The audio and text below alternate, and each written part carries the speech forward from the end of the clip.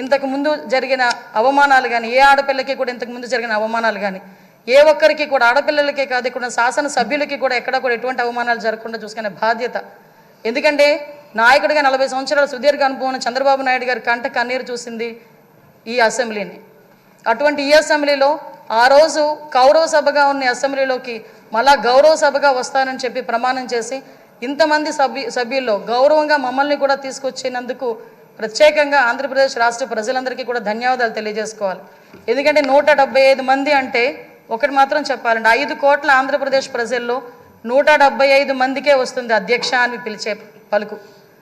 ఒకే ఒకరికి వస్తుంది అధ్యక్ష అని పిలిపించుకునే ఒక వర్డ్. అది మీరవ్వటం నిజంగా మా అదృష్టం, ఉత్తరాంధ్ర ప్రజలు చేసుకున్న అదృష్టంగా నేను భావిస్తున్నా. అటువంటి ఉత్తరాంధ్ర నుంచి వచ్చిన మీరు ఈరోజు ఇందాక పెద్దలు గౌరవనీయులందరూ చెప్పినట్టుగా ఉత్తరాంధ్ర ప్రజలకే కాదు ఆంధ్రప్రదేశ్ రాష్ట్ర ప్రజలకి అదేవిధంగా భారతదేశంలోని స్పీకర్లందరికీ కూడా ఆదర్శప్రాయంగా ఉంటారని నేను మనస్ఫూర్తిగా నమ్ముతున్నా. మీకు ఆ బ్యాలెన్సింగ్ ఉంది సార్.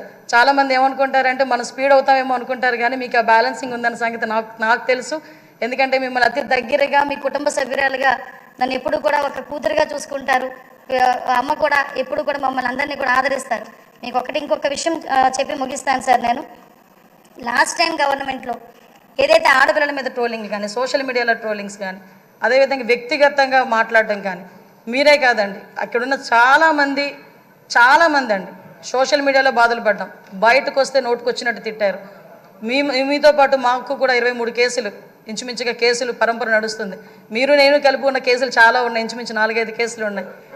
ఇవన్నీ మళ్ళీ పునరావృతం కాకుండా రాబోయే తరాల వారికి ఒక శాసనసభ అంటే ఇలా ఉండాలి. లాస్ట్ 5 years చాలామంది నాతో చెప్పారు, మేము పిల్లలతో కూర్చొని శాసనసభ చూడలేకపోతున్నాం. ఇంతకుముందు స్కూల్ పిల్లల్ని తీసుకొచ్చి గ్యాలరీలో కూర్చోబెట్టి శాసనసభ అంటే ఇలా జరుగుతుందని చూపించేవారు. అటువంటి సంప్రదాయం పోయి ఈరోజు టీవీలు ఆఫ్ చేశారు లాస్ట్ 5 years కూడా.